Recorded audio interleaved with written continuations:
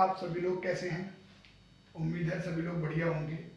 आज हम बात करेंगे आर्टिकल 226 और आर्टिकल 32। इससे पहले हम इस टॉपिक पे आने से पहले कुछ बातें मैं आपको बताना चाहता हूं। जैसा कि आपको पता है कि 26 जनवरी 1950 को हमारा संविधान लागू हुआ और संविधान लागू होने के बाद भारत के लोगों को यानी भारत के प्रत्येक व्यक्ति को कुछ मौलिक अधिकार दिए गए, जैसे कि समानता का अधिकार, स्वतंत्रता का अधिकार, शोषण के विरुद्ध अधिकार, शिक्षा प्राप्त करने का अधिकार। तमाम ऐसे अधिकारों को संविधान में दर्ज या संविधान में लिख दिया गया। अब संविधान में मौलिक अधिकार तो लोगों को दे दिए गए, लेकिन उन अधिकारों को जो सुरक्षा प्रदान की गई वो संविधान के आर्टिकल 226 और आर्टिकल 232 के तहत उन अधिकारों को कोई व्यक्ति, समूह, किसी दूसरे व्यक्ति के अधिकारों को छीन ना ले। इसके लिए या उन अधिकारों की सुरक्षा के लिए 226 और आर्टिकल 32। अब हम बात करते हैं, आपने सुना होगा उच्चतम न्यायालय, इंग्लिश में वर्ड ज्यादा प्रचलित है जैसे कि सुप्रीम कोर्ट। एक आपने सुना होगा उच्च न्यायालय यानी कि हाई कोर्ट। तो देखो होता क्या है कि राज्य स्तर पर उच्च न्यायालय होते हैं और पूरे भारत का एक ही न्यायालय होता है सुप्रीम कोर्ट यानी कि सबसे बड़ा न्यायालय। जबकि उच्च न्यायालय के नीचे भी कुछ कोर्ट होते हैं, आपने नाम सुना होगा अधीनस्थ न्यायालय, डिस्ट्रिक्ट कोर्ट होते हैं। तो होता क्या है, जैसे मैंने अभी आपको क्या बताया कि संविधान के तहत भारत के प्रत्येक नागरिक को कुछ मौलिक अधिकार दिए हुए हैं। उन मौलिक अधिकारों को कोई दूसरा छीन ना ले। जैसे मान के चलो कि किसी व्यक्ति ने या किसी व्यक्ति विशेष वर्ग ने किसी दूसरे व्यक्तियों के अधिकारों का हनन या उनके अधिकारों को छीन लिया, अब वो क्या करे?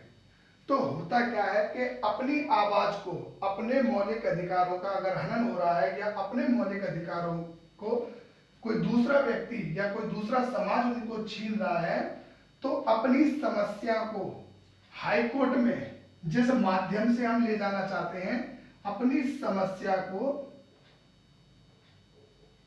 जो अधिकार, जो मौलिक अधिकार हमें संविधान में दिए हुए हैं, उन मौलिक अधिकारों का अगर हनन हो रहा है या छीने जा रहे हैं, तो इस समस्या को हम अगर उच्च न्यायालय में ले जाते हैं तो जो माध्यम है वो हमें आर्टिकल 226 ये अधिकार देता है कि हमारे अधिकारों का अगर हनन हो रहा है तो हम हाईकोर्ट का दरवाजा खटखटा सकते हैं, आर्टिकल 226। वही हम बात करें सुप्रीम कोर्ट, तो अगर हमारे मौलिक अधिकारों का हनन हो रहा है या मौलिक अधिकारों को छीना जा रहा है और हम अगर सुप्रीम कोर्ट का दरवाजा खटखटाते हैं, तो ये अधिकार अनुच्छेद 232 में भारत के प्रत्येक नागरिक को दिया गया है।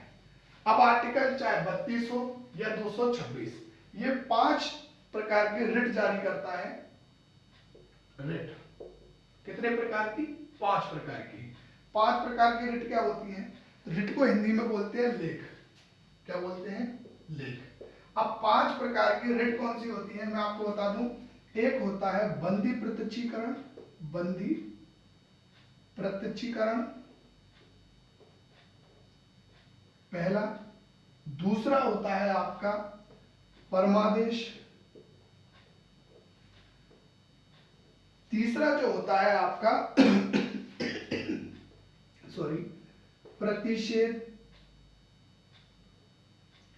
चौथा होता है आपका उत्प्रेषण। और 5वीं प्रकार की जो रिट होती है उसको बोलते हैं हम अधिकार परीक्षा। अधिकार परीक्षा। अब हम बात करेंगे बंदी प्रत्यक्षीकरण होता क्या है। जैसा कि आपको पता है कि अगर पुलिस किसी व्यक्ति को गिरफ्तार करती है तो 24 घंटे के अंदर उस व्यक्ति को मजिस्ट्रेट के सामने पेश करना पड़ता है। अगर उस व्यक्ति को यानी कि गिरफ्तार किए गए व्यक्ति को अगर 24 घंटे के अंदर किसी भी कोर्ट में प्रस्तुत नहीं किया गया और परिजनों को यह नहीं बताया गया कि वह व्यक्ति कहाँ है, तो होता होता क्या है कि वो परिवारजन सुप्रीम कोर्ट या हाई कोर्ट में, सुप्रीम कोर्ट में एक रिट जारी करता है कि साहब ऐसे ऐसे हमारे ये थे और उनको पकड़ा गया और 24 घंटे से ज्यादा किसी भी कोर्ट में प्रस्तुत नहीं किया गया, तो सुप्रीम कोर्ट एक रिट जारी करता है बंदी प्रत्यक्षीकरण। वो कहता है कि जिस व्यक्ति को गिरफ्तार किया गया है उस गिरफ्तार या बंदी व्यक्ति को मेरे सामने, प्रत्यक्षीकरण का मतलब होता है प्रत्यक्ष सामने लेकर आओ। तो समझ में आया, बंदी प्रत्यक्षीकरण, सुप्रीम कोर्ट आदेश देता है गिरफ्तार किए गए हुए व्यक्ति को मेरे सामने क्या करो, प्रस्तुत करो। एक होता है आपका परमादेश। परमादेश क्या होता है, सरकार या किसी भी अधिकारी के, सरकार या किसी भी अधिकारी के लिए ये परमादेश दिया जाता है, यानी कि सरकार अगर कोई ऐसा काम नहीं कर रही हो या कोई अधिकारी ऐसा कार्य नहीं कर रहा हो जो कानून के दायरे में आता हो, तो होता क्या है कि अगर संविधान से या कानून के दायरे से हटकर कोई भी सरकार कार्य करती है या कोई अधिकारी कार्य करता है तो सुप्रीम कोर्ट या हाई कोर्ट परमादेश जारी करता है कि भाई ये आदेश है मेरा कि ये कार्य ऐसे किया जाए। वहीं हम बात करें प्रतिषेध। प्रतिषेध का क्या होता है कि किसी भी न्यायालय, जैसे कि हम सुप्रीम कोर्ट की बात करें तो सुप्रीम कोर्ट के अंतर्गत यानी कि जितने भी अधीनस्थ न्यायालय आते हैं उसके निचले जो न्यायालय आते हैं उन न्यायालयों में चल रहे किसी भी केस को या किसी भी काम को वह रोक सकता है। क्या होता है, मैंने बताया कि सुप्रीम कोर्ट, प्रतिषेध का मतलब क्या होता है कि कोई भी अधीनस्थ अपनी निचली अदालत में चल रहे किसी काम को रोक देना कि भाई आप ये काम यही रोक दो।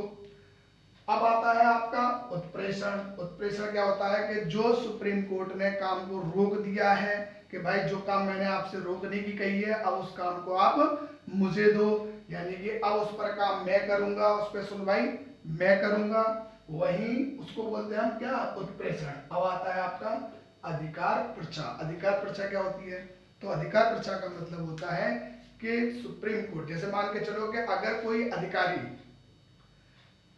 की जगह कोई दूसरा अधिकारी कार्य कर रहा है तो सुप्रीम कोर्ट ये आदेश करेगी कि भाई ये जो व्यक्ति आपने किसी दूसरे व्यक्ति की जगह लगा रखा है इस व्यक्ति को तुरंत उसके पद से हटा दिया जाए। या मान के चलो कि ऐसे अधिकारी या ऐसा कोई व्यक्ति जो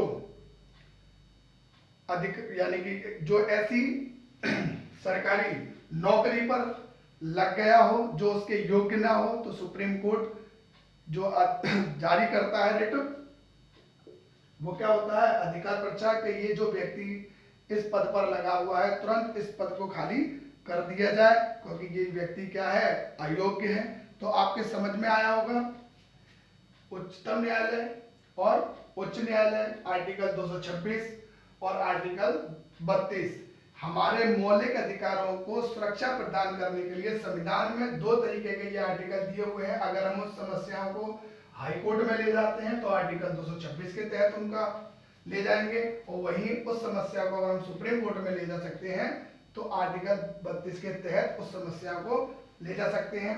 5 प्रकार की रिट जारी की जा सकती है, मैंने आपको बता ही दिया, बंदी प्रत्यक्षीकरण, परमादेश, प्रतिषेध, उत्प्रेषण और अधिकार पृच्छा। तो आपको उम्मीद है कि बेहतर तरीके से आपके समझ में आर्टिकल 226 जो हाई कोर्ट से संबंधित है और आर्टिकल 32 जो सुप्रीम कोर्ट से संबंधित है समझ में आ गया होगा।